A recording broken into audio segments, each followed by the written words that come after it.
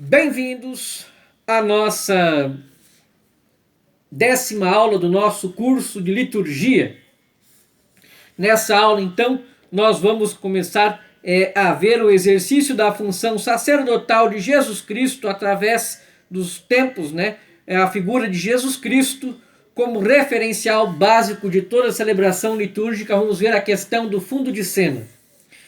No Novo Testamento, a figura de Jesus Cristo é apresentada em seus dois aspectos: o humano, preponderante nos evangelhos sinóticos, e o divino, mais realçado por São João e muito mais ainda por São Paulo. Este apóstolo, já entre 50 e 67, elabora uma cristologia muito elevada em que predomina a menção da Páscoa ou da obra salvífica de Cristo. Podemos conferir carta de São Paulo aos Filipenses, capítulo 2, versículo de 5 a 11. Colossenses, capítulo 1, versículo de 15 a 20. Da carta de São Paulo aos Efésios, capítulo 2, versículo 1 a 22. Da 1 Timóteo, capítulo 3, versículo 16. E Romanos, capítulo 1, versículos de 1 a 6. Nos séculos 2 e 3, os escritores ainda insistem muito sobre a obra salvífica de Cristo, mas já começam a indagar como podia Jesus ser Deus e homem. Esta questão moveu calorosamente os teólogos. O arianismo, que fazia do Filho ou do Logos um segundo Deus, ou a primeira criatura, foi condenado pelo Concílio de Nicéia I em 325.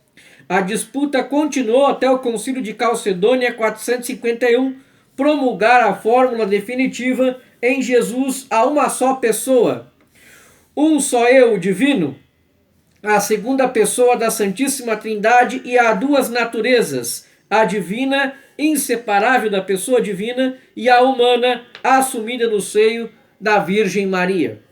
Do século IV por diante, a piedade cristã então voltou-se preferentemente para Jesus como Deus.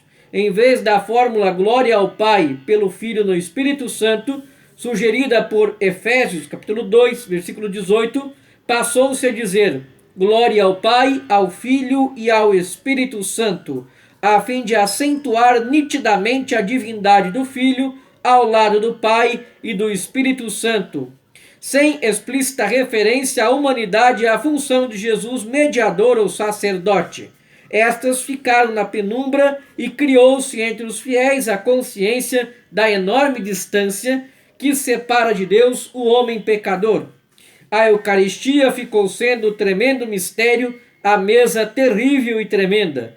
Consequentemente, o número de comunhões eucarísticas foi baixando, a tal ponto que, por exemplo, o Concílio Regional de Agde, na França, teve que prescrever a comunhão 3 vezes por ano: Natal, Páscoa e Pentecostes. E o Concílio Ecumênico do Latrão IV preceituou a comunhão ao menos por ocasião da Páscoa. Estes fatos não se devem à diminuição do fervor dos fiéis, pois a piedade era manifestada de muitas outras maneiras, e sim à perda da consciência de Cristo sacerdote mediador junto ao Pai por sua humanidade.